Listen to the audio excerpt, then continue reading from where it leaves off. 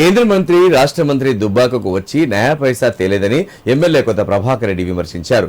ఎన్నికల్లో ప్రజలను మభ్యపెట్టి ఓట్లు దండుకోవాలని చూడడం సిగ్గుచేటన్నారు. మాటలు చెప్పి మోసం చేసే కేంద్ర రాష్ట్ర ప్రభుత్వాలను ప్రజలు నమ్మే స్థితిలో లేరని విమర్శించారు. దుబ్బాక మున్సిపాలిటీలో బీఆర్ఎస్ పార్టీ బలపరిచిన అభ్యర్థులను గెలిపించాలని ఓటర్లను అభ్యర్థించారు. సిద్దిపేట జిల్లా దుబ్బాక మున్సిపాలిటీ పరిధిలోని 15, 16, 20 వార్డుల్లో అభ్యర్థులకు మద్దతుగా బీఆర్ఎస్ శ్రేణులతో కలిసి ఎమ్మెల్యే కొత్త ప్రభాకర్ రెడ్డి ఇంటింటా ప్రచారం నిర్వహించారు. ఈ సందర్భంగా ఆయన మాట్లాడారు. కేంద్ర మంత్రి కిషన్ రెడ్డి దుబ్బాకలో ఏర్పాటు చేసిన బీజేపీ సభలో బీఆర్ఎస్ ను టార్గెట్ చేసి విమర్శించడం తప్ప దుబ్బాకకు ఒక్క రూపాయి కూడా నిధులు ఇస్తానని చెప్పకపోవడం ఆయన అవివేకానికి నిదర్శనమన్నారు. అదే తరహాలో రాష్ట్ర మంత్రి వివేక్ వెంకటస్వామి సైతం ప్రచారంలో పాల్గొని బీఆర్ఎస్ నాయకులపై విమర్శలు చేసి నిధుల విషయం మాట్లాడలేదన్నారు.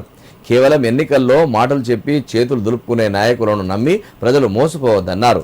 ఎన్నికల సమయంలో హడావిడి చేసి ఓటర్లను మభ్యపెట్టాలని చూసే కాంగ్రెస్, బీజేపీ నాయకులకు మున్సిపాలిటీ పరిధిలోని ఓటర్లు ఓటుతో గుణపాఠం చెప్పాలన్నారు.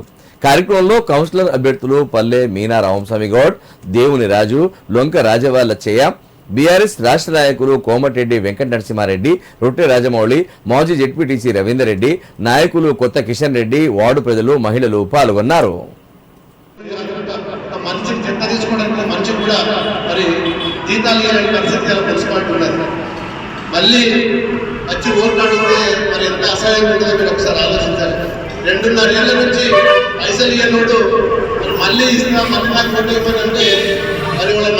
పరిస్థితి ఆల్రెడీ 8 నెలలు అయిపోయింది.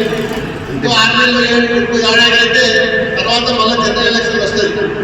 మరి ఏడాది లోపల ఇప్పుడు చేయనోడు ఏడాది లోపల ఏం పనులు చేస్తాడు ఒక్కసారి ఆలోచించాలి.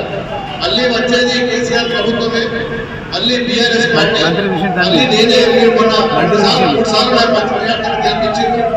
తప్పకుండా మనుషులు మరి మీ అందరికీ కూడా మళ్ళీ సేవ చేసే అవకాశాలు ఏంటి నాకు ఒకసారి పెద్ద పెద్ద కాంగ్రెస్ చూస్తున్నారు. వాళ్ళే కాంగ్రెస్ ఏముద్దరేనికి వచ్చిందో అర్థం అడగలేదు. గవర్నమెంట్ మాత్రమే మంత్రి కూడా ఓటున్నాడు, వివేక్ మంత్రి కూడా ఓటున్నాడు.